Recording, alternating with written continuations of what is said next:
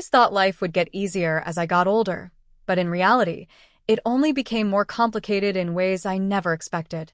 My name is Linda Parker, I'm 46 years old, and for the past few months, I've been struggling with back pain that seemed to appear out of nowhere. I had worked in an office for over 20 years, sitting in front of a computer all day, barely moving, and now my body was reminding me of all the times I had ignored it. At first, I brushed it off as simple soreness or maybe just bad posture. But when I woke up one morning and couldn't bend down to tie my shoes without wincing, I knew it was something I couldn't ignore anymore. My son, Daniel, who had just turned 20, noticed right away. He was home from college for the summer, full of energy, optimism, and that eagerness to help that young people often have. "Mom, you've been walking funny," he said one afternoon, carrying groceries into the kitchen while I struggled with just a small bag. "You sure you don't want to see a doctor?" I forced a smile. "It's just stiffness, Daniel. Nothing serious." But the truth was, I didn't want to admit I was in pain. I didn't want to seem weak, especially not in front of my son who had always looked at me as strong, unshakable. I had raised him mostly on my own after his father passed away when he was only 12. Daniel had grown up seeing me push through hardships with determination. I wanted to hold on to that image for him. Still, Daniel wasn't convinced.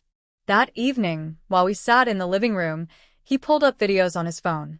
"Look, Mom, these are simple stretches and exercises for back pain. I can help you with them." I laughed softly. "You? Since when are you a physical therapist?"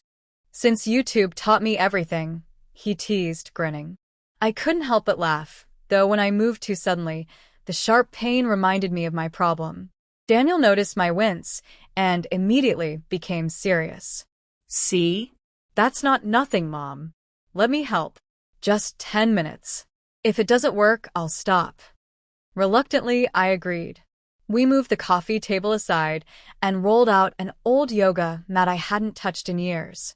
Daniel showed me simple stretches, raising my arms, bending slightly, breathing slowly. At first, I felt silly, but then something unexpected happened.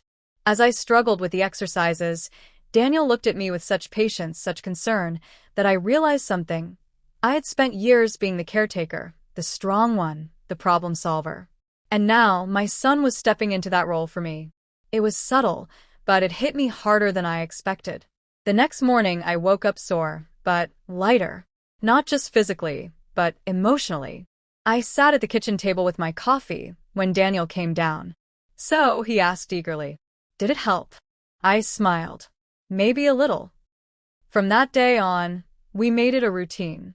Every evening after dinner, we'd clear space in the living room and do the stretches together.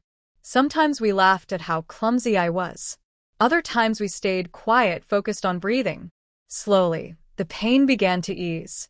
But there was more happening beneath the surface. One night, while I struggled to touch my toes, I let out a sigh. "I don't know why this feels so hard. Maybe I'm just getting old." Daniel shook his head firmly. "You're not old, Mom. You're just human. You've done everything for me, for us, for this house. You never slow down. Maybe this is your body's way of telling you to finally let someone else take care of you." Those words caught me off guard. My throat tightened. I didn't realize you noticed." "Of course I noticed," he said softly. "You've carried so much since Dad passed. You always pretended like it was easy, but I knew it wasn't. I just never knew how to help." That night, a hidden truth surfaced, not about my back, but about how much I had been holding in for years. I had always assumed Daniel was too young to notice my struggles, that I had shielded him from my pain.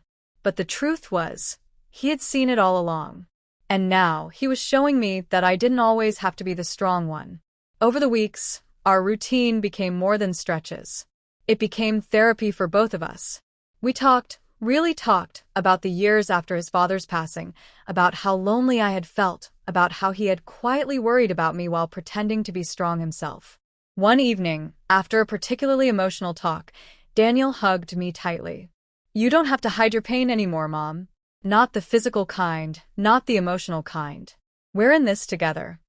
I cried into his shoulder that night, releasing years of hidden grief I didn't know I still carried.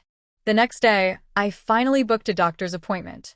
It turned out my pain was due to muscle strain and poor posture, nothing too serious, but it needed care and time. Physical therapy was recommended, and Daniel offered to drive me to every appointment. The hidden truth wasn't about my back at all. It was about how much I had tried to carry alone, and how much my son wanted to share the weight. By the end of the summer, my back pain had improved, but more importantly, my bond with Daniel had deepened in a way I hadn't thought possible. He went back to college that fall, but before he left, he hugged me and said, "Take care of yourself, Mom. You don't always have to be the hero. Sometimes you can just be you."